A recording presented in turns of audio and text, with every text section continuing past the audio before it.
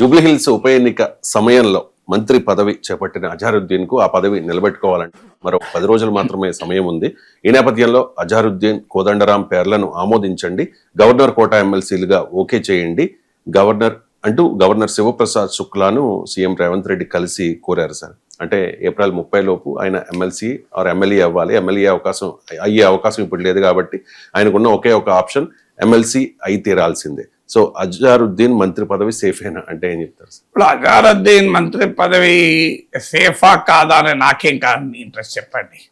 నాకు నేనే అజారుద్దీన్ ఫ్యాన్ కాదు, అజారుద్దీన్ అడ్వైజర్ కాదు. My interest is not that. So ఈ పరిస్థితిని విశ్లేషించగలిగితే తప్ప ఆయన సేఫా కాదా అన్న ప్రిడిక్షన్ నేను చేయను. మీతో చాలాసార్లు చెప్తూ ఉంటాను. ఏం జరగబోతుంది అనేది ప్రతిసారి నేను చెప్పలేను. కొన్ని సందర్భాల్లో మాత్రమే మనకు ఎనాలిసిస్ స్కోప్ ఉంటుంది. సో అందువల్ల గవర్నర్ ఏ నిర్ణయం తీసుకుంటాడో నాకెలా తెలుస్తుంది? ఇప్పుడు గవర్నర్ యాక్సెప్ట్ చేస్తే సేఫ్, గవర్నర్ యాక్సెప్ట్ చేస్తే అన్సేఫ్. నాకెలా తెలుస్తుంది గవర్నర్ ఏ డిసిషన్ తీసుకుంటాడు? నాకు గవర్నర్ ఫ్రెండ్ కాదు, కొలిక్ కాదు, ఏది కాదు. కానీ ఈ సిచ్యువేషన్ అనలైజ్ చేస్తే మీరు ఒక స్టార్టింగ్లో అన్నారు జూబ్లీహిల్స్ ఉప ఎన్నికల సందర్భంగా అన్నారు. సందర్భంగా కాదు, జూబ్లీహిల్స్ ఉప ఎన్నికల కోసమే అని. అందువల్ల సేఫా అజారుద్దీన్ అన్నది క్వశ్చన్ ఐఎమ్ నాట్ ఇంట్రెస్టెడ్. నాకు ఇంట్రెస్ట్ ఉన్న క్వశ్చన్ ఏంటంటే what is happening, is it correct? అంటే గవర్నర్కు రాష్ట్ర క్యాబినెట్ పేర్లను రికమెండ్ చేసింది, గవర్నర్ దాన్ని ఆమోదించకుండా అట్టిపెట్టాడు. అంటే రేవంత్ రెడ్డి క్యాబినెట్లో ఒక మంత్రిగా కొనసాగకుండా ఉండేందుకు గవర్నర్ వెనకాల ఉండి బీజేపీ వ్యూహరచన చేస్తుందా? అలా చేస్తే అది సమంజసమా? అజారుద్దీన్ నామినేషన్ వెంటనే యాక్సెప్ట్ చెయ్యాలా, చేయకూడదు? ఇవి అప్రాప్రియేట్ క్వశ్చన్స్. సేఫా అన్సేఫా అనేది that is not my business. So అందువల్ల నేను ఆ క్వశ్చన్ ఆన్సర్ చేయకుండా నాకు నేనే క్వశ్చన్ ఫ్రేమ్ చేసుకుని చెప్పడానికి కారణం అది. ఇక్కడ కోర్టు లాయర్లు అడిగిన ప్రశ్నలకు నచ్చకపోతే తనకంటూ క్వశ్చన్ ఫ్రేమ్ చేసుకుంటుంది. అలాగే మీరు అడిగిన దానికి కాస్త క్వశ్చన్స్ రీఫ్రేమ్ చేస్తే ఇప్పుడు మొదటిది ఏంటంటే ఏంటి ఈ పరిస్థితి కారణం? సో ఈ పరిస్థితికి కారణం we will go back to Tamilisai Soundararajan time. So అప్పుడు డాక్టర్ దాసోజు శ్రవణ్ కుమార్, సత్యనారాయణ పేర్లను మీకు కేసీఆర్ ప్రతిపాదించారు. సో పాలిటిక్స్లో ఉన్నాడు దాసోజు శ్రవణ్ గనక ఇది కల్చరు, ఆర్ట్స్, రాజ్యాంగం ప్రకారం వివిధ శాస్త్ర విజ్ఞానము, పబ్లిక్ సర్వీస్ అని కూడా ఉంది. ఆ పబ్లిక్ సర్వీస్ రూట్ పెట్టుకొని పొలిటీషియన్లు వస్తుంటారు. సో కానీ ద స్పిరిట్ ఆఫ్ నామినేషన్ ఏంటి? లెజిస్లేచర్ కానీ పార్లమెంట్ కానీ స్పిరిట్ ఆఫ్ నామినేషన్ ఏంటంటే అంటే ఒక అడ్వైజరీ పాత్ర పోషించడానికి వివిధ రంగాల్లో నిపుణులు పార్లమెంటరీ క్యారియర్కు కంట్రిబ్యూట్ చేయడానికి ఇది పెట్టిన ఆలోచన. అన్ఫార్చునేట్లీ ఢిల్లీ నుంచి హైదరాబాద్ వరకు దీన్ని కంప్లీట్గా దుర్వినియోగమే చేస్తుంటారు, అందులో అనుమానమే లేదు. ఇప్పుడు మీకు ఆ ప్రెసిడెంట్ నామినీ చేసిన ఎంపీలు బీజేపీ ఎంపీలుగానే పర్ఫామ్ చేస్తున్నారు కదా, యాక్చువల్గా అయితే చేయకూడదు. సో మీకు ఇక్కడ గవర్నర్ నామినీ చేసిన ఎమ్మెల్సీలు బీఆర్ఎస్ ఎమ్మెల్సీలుగానే పనిచేస్తున్నారు, అలా పనిచేయకూడదు. కానీ ఇందులో తలా పాపం తెలా పెడకనన్నట్లు దేశం నుంచి రాష్ట్రం వరకు, బీజేపీ నుంచి కాంగ్రెస్, బీఆర్ఎస్ వరకు అన్ని పార్టీలు ఇదే పని చేస్తుంది. ఇందులో ఎవరు డిఫరెంట్ కాదు, ఒకే తాను ముక్కలు. సో అందువల్ల కానీ తమిళసాయి సౌందరరాజన్ ఒక్క దాసోజు శ్రవణ్ రికమెండేషన్ మాత్రం యాక్సెప్ట్ చేయనన్నది. దాసోజు శ్రవణ్ సత్యనారాయణ ఆయన ఓన్లీ పొలిటీషియనా? ఇప్పుడు ఆయన పొలిటీషియనే కావచ్చు, బట్ ఈజ్ ఆల్సో అకాడమిషియన్.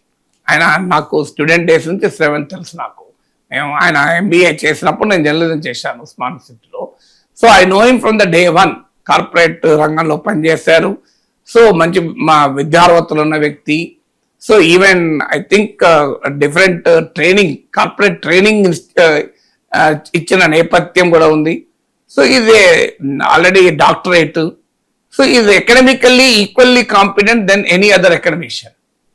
పొలిటీషియనే కావచ్చు మరి, అందువల్ల కానీ ఆయనను పొలిటీషియన్ ఖాతాలోనే వేసి పక్క పెట్టిన తర్వాత మళ్ళీ నెక్స్ట్ టైం వచ్చారు కాంగ్రెస్ గవర్నమెంట్, కోదండరాం పేరు సజెస్ట్ చేశారు, అమర్ అలీ ఖాన్ పేరు సజెస్ట్ చేశారు. దీని history, Amar Ali Khan Siasat editor, journalist. వాస్తవం ఆయన పొలిటికల్ యాక్టివిస్ట్ ఏమి కాదు. కానీ కాంగ్రెస్ పార్టీకి అనుకూలమా అంటే ఉండొచ్చు అనుకూలంగా, నేను పార్టీ కార్యకర్తలు కాదు, నాకు స్టూడెంట్ సయానా. So is a journalist. Kodandaram ఒక మేధావి, రాజనీతి శాస్త్ర నిపుణుడు, ఉస్మాన్ సిటీలో మాతో పాటు పనిచేశారు, మాకన్నా సీనియర్. సో ఇది non intellectual face and Telangana ఉద్యమ ఫేస్ కూడా. కానీ ఫ్యాక్ట్ రిమైన్స్ ఈజ్ ఆల్సో పొలిటీషియనే కదా, కాదని అనగలమా? అధికారికంగా, అనధికారికంగా పొలిటీషియన్ అని అనడం వేరు. అఫీషియల్ గా ఇది president of a political party, Telangana Jana Samithi కదా. సో ఒక is an intellectual and intellectual credentials ను ఎవరు క్వశ్చన్ చేయలేరు. So I know him as a professor కూడా. కానీ but is again dual combination, అంటే ఇంటలెక్చువల్ క్రెడెన్షియల్స్ ఉన్నాయి, అధికారికంగా ఒక రాజకీయ పార్టీతో అసోసియేట్ అయి ఉన్నాడు, కాంగ్రెస్ పార్టీతో తెలంగాణ జనసమితి అలయన్స్ లో కూడా ఉంది. సో మరి ఆమె దాసో శ్రవణ్ కు రిజెక్ట్ చేసినప్పుడు, అంటే బీఆర్ఎస్ సభ్యుడు కనుక మీరు రిజెక్ట్ చేస్తే, ఇంకొక పొలిటికల్ పార్టీ సభ్యుడన్న పేరిట తమిళసాయి సౌందరరాజన్ శ్రవణ్ రిజెక్ట్ చేస్తే, ఒక పొలిటికల్ పార్టీకి ఫౌండరు, స్వయాన ప్రెసిడెంట్, మరి ఎలా మీరు యాక్సెప్ట్ చేస్తారనే క్వశ్చన్లు ముందుకు వచ్చాయి.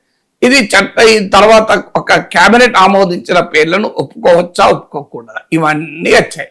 క్లియర్ గా గవర్నర్లు కూడా ఇందులో రాజకీయాలు ఆడుతున్నారని అర్థమైపోతుంది కదా. ఇప్పుడు ఈ గవర్నర్ కూడా ఏంటి డైలమా? Same dilemma. ఒకటేమో లీగల్ గా ఉన్న సమస్య, మరి అప్పుడు కేబినెట్ ఆమోదించిన దాన్ని ఎలా రిజెక్ట్ చేస్తావు, ఇప్పుడు కేబినెట్ ఆమోదించిన దాన్ని ఎలా యాక్సెప్ట్ చేస్తావు అని. రెండవది మారల్ అండ్ ఎథికల్ డైలమా. మరి ఆ రోజేమో ఇదే బీజేపీ ప్రభుత్వం నియమించిన గవర్నర్ తమిళసాయి సౌందరరాజన్ దాసో శ్రవణ్ రికమెండేషన్, ఆయన పొలిటీషియన్, ఆయనకున్న అకాడమిక్ క్రెడెన్షియల్స్ గుర్తించని చెప్పి రిజెక్ట్ చేశారే. ఇప్పుడు ఎలా మరి కోదండరాం అన్న పోనీయండి, ఇది ఇంటలెక్చువల్ కనుక. కోదండరాం రెస్పెక్టబుల్, తెలంగాణ సమాజంలో చాలా గౌరవం ఉన్న వ్యక్తి, వివాద రహితుడు.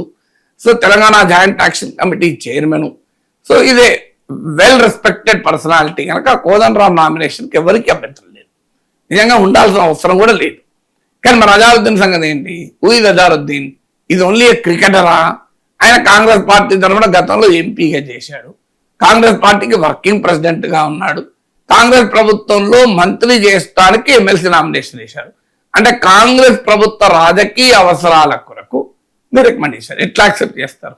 అజారుద్దీన్ యాక్సెప్ట్ చేసి దాసో శ్రవణ్ యాక్సెప్ట్ చెయ్యని గవర్నర్ల పాత్రలు ఇప్పుడైనా బీజేపీ ప్రభుత్వం నియమించిన గవర్నర్లే కదా, ఈ క్వశ్చన్ అయితే రాక తప్పదు కదా. సో అందులో అజారుద్దీన్ యాక్సెప్ట్ చేస్తే బీఆర్ఎస్ వాదన ఏమవుతుంది చూడండి, బీజేపీ కాంగ్రెస్ ఒక్కటే అని, బీజేపీ రేవంత్ రెడ్డి ఒక్కటే అని ప్రూవ్ అయింది అనేది బీఆర్ఎస్ ఆరోపణకు ఎక్కడ లేని లెజిటిమసీ వస్తుంది. అదే జరిగితే అజారుద్దీన్ గవర్నర్ యాక్సెప్ట్ చేశాడనుకోండి, BJP will be the biggest loser, Congress gainer కాదు. ఎందుకు? బీజేపీ ఏమని చెప్పుకుంటుంది ప్రజల దగ్గరికి వెళ్ళి? ఆ రోజేమో కేసీఆర్ ప్రతిపాదించిన దాసో శ్రవణ్, వాస్తవంగా దాసో శ్రవణ్ నేపథ్యం చాలా మందికి తెలియకపోవచ్చు. ఆయన ఏబీవీపీ నాయకుడు, నేను క్యాంపస్లో ఉన్నప్పుడు.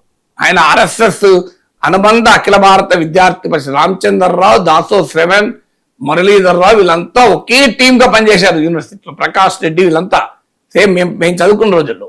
సో దాసో శ్రవణ్ కన్నా కనీసం పూర్వ ఆర్ఎస్ఎస్ నేపథ్యం ఉంది. మరి అజారుద్దీన్కి ఏ నేపథ్యం ఉంది? సో పూర్వ ఆర్ఎస్ఎస్ నేపథ్యం ఉండి, ఒక ఇంపెకబుల్ అకాడమిక్ క్రెడెన్షియల్స్ ఉండి, ప్రశ్నించరాని అకాడమిక్ క్రెడెన్షియల్స్ ఉండి, కార్పొరేట్ అనుభవం ఉండి, సో ఇంటలెక్చువల్ బ్యాక్గ్రౌండ్ ఉన్న వ్యక్తి ఏమో నువ్వు పొలిటికల్ పార్టీ కార్యకర్త అని చెప్పి యాక్సెప్ట్ చేయవు. కానీ ఏ బ్యాక్గ్రౌండ్, కేవలం క్రికెట్, అఫ్ కోర్స్ క్రికెట్ కూడా ఒక కారణం, స్పోర్ట్స్ కూడా ఇవ్వచ్చు. ఆయన రాజకీయ నేపథ్యమే లేకపోతే Azharuddin is the most eligible person కదా. అఫ్ కోర్స్ ఆ ప్రాబ్లం ఉంది, అంటే మ్యాచ్ ఫిక్సింగ్ స్కాండల్లో ఇరుక్కుని ఆయన కెప్టెన్ పదవి కోల్పోయాడు, ఆ విమర్శలు ఉన్నప్పటికీ కూడా is cricketing credentials cannot be question కదా, ఆ ఆరోపణ ఉన్నా కూడా. సో అందువల్ల Azharuddin but is open political leader. Purpose ఏంటి? కాంగ్రెస్ గవర్నమెంట్ లో ఒక ముస్లిం మంత్రి కూడా లేడు, కారణం ఏంటంటే ఒక ముస్లిం ఎమ్మెల్యే లేడు, హైదరాబాద్ నుంచి మినిస్టర్ లేడు. అంటే కాంగ్రెస్ పార్టీ రాజకీయ అవసరాలకు తప్ప అజారుద్దీన్ దేనికి పెట్టారు? అంటే తెలంగాణ ఏమన్నా క్రికెట్ పెంచడానికి చేశారా? ఆయన అన్నప్పుడు మంత్రి అయినప్పటి నుంచి మీకు ఎక్కడన్నా క్రికెట్ స్టేడియంలో ఒక్కటన్నా కట్టించాడా, నిర్మించాడా, ఇనాగ్రేట్ చేశాడా? అసలు క్రికెట్ యాక్టివిటీ పెంచడానికి వాట్ ఈస్ హిస్ కంట్రిబ్యూషన్? ఆయన క్యాప్టెన్ అయిపోయి పొలిటీషియన్ అయిన తర్వాత కొన్ని క్రికెట్ గురించి పార్లమెంట్లో ఎప్పుడన్నా మాట్లాడిందా? పార్లమెంట్ మెంబర్ ఉండే. మీకు ఎప్పుడన్నా ఈ క్యాబినెట్ లో స్పోర్ట్స్ గురించి మాట్లాడా?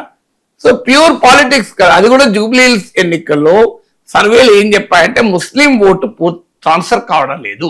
కాంగ్రెస్ కు ఎంఐఎం సపోర్ట్ చేశాక కూడా బీఆర్ఎస్ వైపే ముస్లిం ఓటు ఉండడం వల్ల ఇక జూబ్లీహిల్స్ గెలవటానికి ఒక చివరి ఆయుధంగా కాంగ్రెస్ పార్టీ అజారుద్దీన్ పెట్టారు.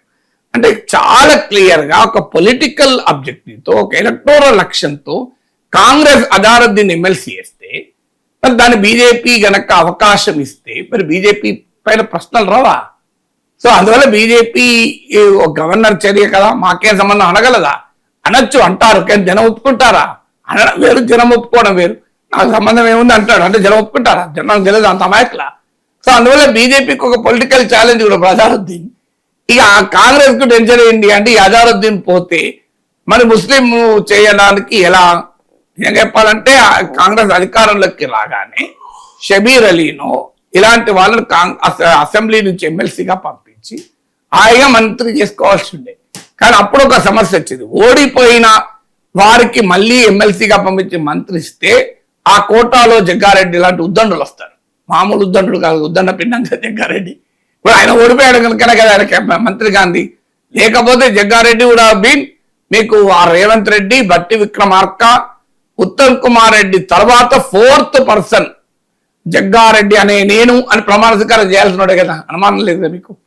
సో అలాంటి జగ్గారెడ్డిని లాంటి వాళ్ళు మిగతా వాళ్ళు వస్తారు. పెద్దిరెడ్డి సుదర్శన్ రెడ్డి ఇలాంటి వాళ్ళకి ఇప్పటికీ ఇవ్వలేదు, సీనియర్ మంత్రులకు కూడా.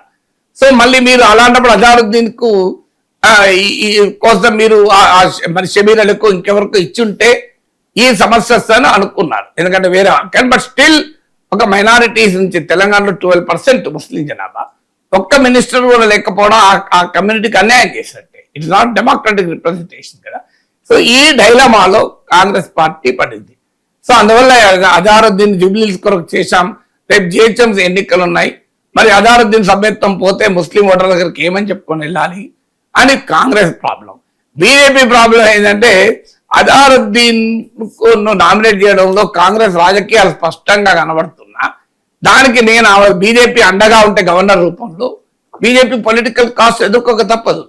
సో జిహెచ్ఎంసీలో రేపు వాళ్ళు చేసేది పోలరైజేషన్ కదా. హైదరాబాద్ వర్సెస్ చార్మినార్, ఇదే కదా రేపు జరగబోయే రాజకీయాలంతా. So Hyderabad versus Bhagyanagar, Hyderabad versus Bhagyanagar, రోహింగ్యాలు వీళ్ళే కదా.